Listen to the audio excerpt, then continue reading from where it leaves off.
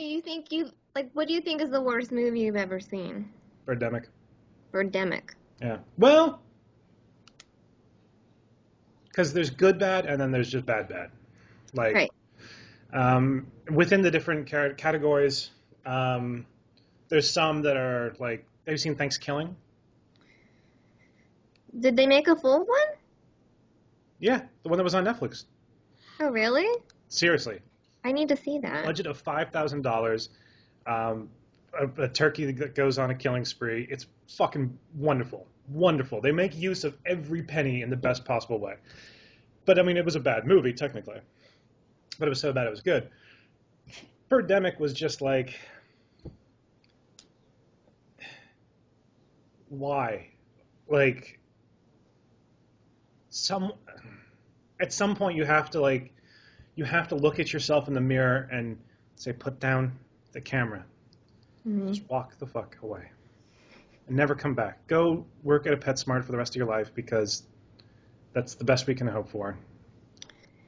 Serving animals. I mean, and then there's like high budget, terrible movies. But those are kind of a dime a dozen. Well, now, do you have any education or background in movie making? Because, I mean, how do you answer to somebody who, maybe you didn't care what they did, and then, you tell them that it's awful, and then they say, well, what do you know? Well, at every level, I am still just a reviewer. And so I try to be as democratic as possible because I'm aware of what goes into even just making a short film in terms of the amount of work of post and all of that. But the flip side to it is at some point it just has to be judged for the final product. And that is the form and function of a standard reviewer, is not to, in every situation, consider everything that went into it, but to just sort of consider what came out of it. And, I'm all about, appreciating work done, but in some of these situations, I could give a fuck less how much work you put into it if it just sucks. But you've seen me before. I've been very accommodating when it comes to, maybe not as well executed movies, but if the intention is there, if I understand the intention and, it's clearly just an issue of either time or budget or something that was probably outside of their hands, then no, of course I'm not going to be so harsh. But when every aspect of the project at every considerable level is just abhorrent, then yeah, no sympathy. No, okay. I'm just curious. That's cool. No, I did not go to school for filmmaking. Just, have you been called out viciously before? Sure, yeah. Yeah, and you were okay with that? I don't give a fuck what people think about me. I mean, it is at every level still my opinion, and if you don't like it, cool, move on.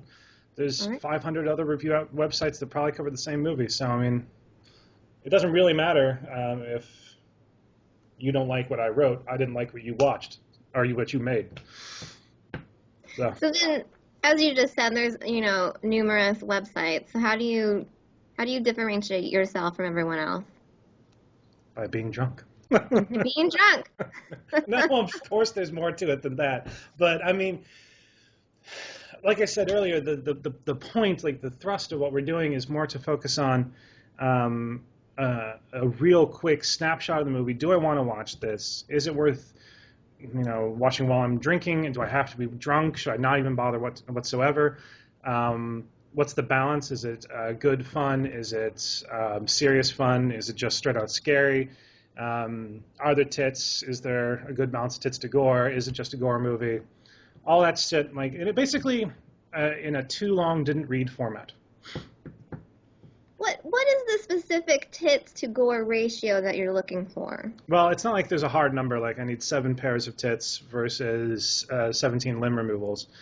But it's just if it's one of those slasher type movies, if it's not something serious like Sinister or something, then there's just the balance of like a terrible movie can be redeemed in levels by certain amounts of nudity. because it makes your journey worthwhile.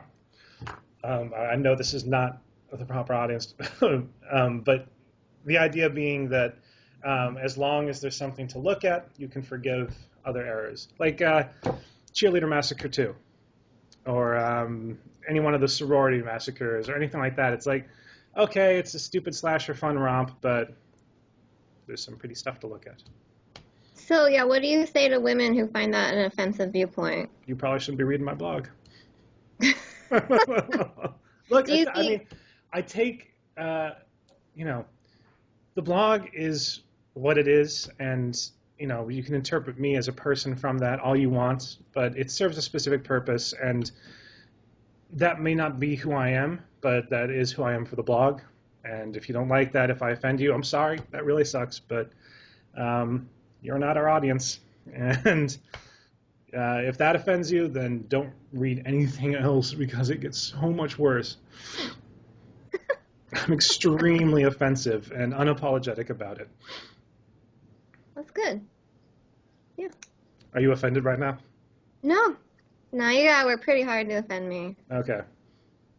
Does that change? But when you were, I can hear women flipping out right now, you know, so since I'm doing my first impression of Terry Gross, I was trying to think, you know, what would she ask? That's where we would go, I think. Yeah. Yeah, it's fair. I think it's fair. Totally fair. Totally fair. I will now, are go you, on. Huh? I will go on, you know, whatever. Oh, well, I'm not going to say anything too much more offensive and dig this hole any deeper. But yeah, if someone wants to call me out on my bullshit and, you know, demonize me as some male pig dog, whatever, you know. Male pig dog. I don't know. I was going with a capitalist pig dog, and that just kind of, I don't know. I think I'm confusing my offensive stereotypes. Chauvinist. That's the word I was looking for. Chauvinist. Oh, I like when I get called a misogynist, personally. Really? Mm-hmm. That's impressive. No, I don't actually, but it was interesting. You don't actually like. I don't actually enjoy being called a misogynist, but I thought it was an interesting tactic to take. Wow. Yeah. You should get like a plaque for that. That's what I felt like I deserved a medal or something. Yeah, seriously. There should be like achievement unlocked. Mm-hmm. Self-hating woman. Yes, misogynistic female. I mean, I didn't even know that was a thing. Is it a thing, or that sounds like someone might be just talking out of their ass? It is now. I made it a thing. Made it a thing. Well, own it. That's what you got to do. Made it a thing because I'm that kind of lady. Who the fuck called you a misogynist? You know, those awesome people on Twitter. Oh, yeah. People don't give enough of a fuck about me to call me a misogynist yet. Yeah, it was funny. But that means you're doing something right. If you're popular enough to offend people, you're doing something right. But it wasn't even about horror. What did you do? We're going off of topic. Yeah, we are. But so you seem pretty open to the fact that you may offend people, and that's okay. I'm going to offend people. Like I said before, if I don't offend people, I'm not doing it right. Okay. And how does everyone on your team feel the same way? They might not, but they're able to be their own person. Just because they're writing for Horribly Hooched doesn't mean they have to espouse the Horribly Hooched lifestyle or whatever. I mean, you know, all I'm interested in, my agenda, is pretty clear with regard to what I want my reviews to be. But when it comes to like supporting indie horror, quality of writing and you know, a good knowledge base and intelligent people, I need all of those around me. So I can take the hate and I can take the brunt of being terrible and nasty and just a despicable piece of man flesh. But, you know, I mean, I think each one of my authors is sort of picking their own niche, I guess. Like, I mean, Sweaty is pretty offensive, I would say. Glenn's not so much, you know, and then I want to bring people in who fit into different niches and sort of round out the crew, you know, get a variety of people from a variety of backgrounds. You know, we need a lot of diversity, not the old wooden ship. And then, do you do more than movies? You do fiction? That was an Anchorman reference. I'm sorry. I'm sorry, I'm a girl. I don't know Family Guy. What I was was it, like, Family Guy and I or? saw the 747 cruising overhead. I just I just stop. um, Keep going. I just reviewed Hellzapalooza, which is a book, which was just fucking amazing. And that's why I've also reviewed music, Archivio Giallo, or Gallo. Gallo? Do you know how to pronounce that? I thought it was Jello. I thought it was Jello too. Whatever. So music, fiction, art. I've been promoting a friend of mine who's doing like horror themed art, like Geiger style. Rest in peace. Okay. I mean, sky's the limit, you know. You're based in LA, correct? Yes. So can people feel free to reach out to you? Yeah, absolutely. If anyone is interested in helping out on the blog in any way, like I said, I'm looking for artists, film people, so behind the scenes stuff. I'm actually looking for an actress to play a victim. Writers, contributors, foot massagers, whatever. Just That's reach out. important. We got Gmail, we got Twitter, Facebook, all the social networkings. And it's all at Horribly Hooched, all of these? Yep, all at horriblyhooched.com. Now, for some of us who might not be good with grammar, can you spell it out for us? HORRIBLYHOOCHED.com. If you can't spell com, then Well, that's another issue. that's another issue entirely. You probably But shouldn't be you're- emailing me if you can't spell com. But, everybody can feel free to reach out and maybe be a contributor, or can they also feel free to ask you to maybe look at their work? I would encourage them to do so. Hit me up if you've got any kind of project in any sort of medium, and I'll do my best to get to it as soon as I can. I do have a backlog of stuff, so it might take me a while, but I will get to it. Fabulous. Well, I think it's wonderful. Thank you so much for interviewing me.